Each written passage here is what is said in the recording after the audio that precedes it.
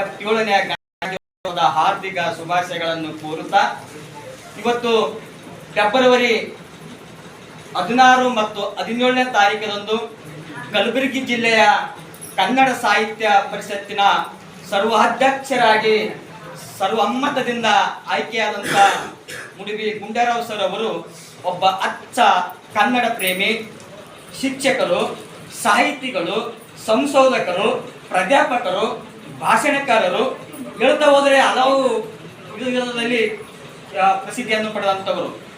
ಕನ್ನಡದ ಗಾದೆಯಲ್ಲಿ ಮಾತು ಹೇಳುವಂತೆ ಹಾಡು ಮುಟ್ಟದ ಸೊಪ್ಪಿಲ್ಲ, ಮುಡಿಬಿ ಗುಂಡೇರಾವ್ ಸರ್ ಅವರು ಕೈ ಆಡಿಸದೇ ಇರುವಂತಹ ಕ್ಷೇತ್ರಗಳಿಲ್ಲ ಅಂತ ಅಂದರೆ ತಪ್ಪಾಗದು.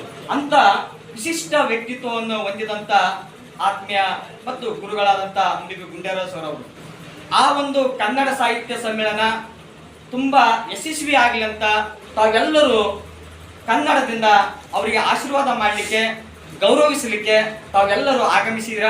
ಈ ಒಂದು ಕಾರ್ಯಕ್ರಮಕ್ಕೆ ಮೊದಲಿಗೆ ಪ್ರಾರ್ಥನೆ ಗೀತೆಯ ಮೂಲಕ ಪ್ರಾರಂಭಿಸೋಣ. ಈ ಪ್ರಾರ್ಥನೆ ಗೀತೆಯನ್ನು ಆ ಸಹೋದರಿ ಮೇಡಮ್ ಅವರು ಬಂದು ಆಡಬೇಕಾಗಿ ವಿನಂತಿ.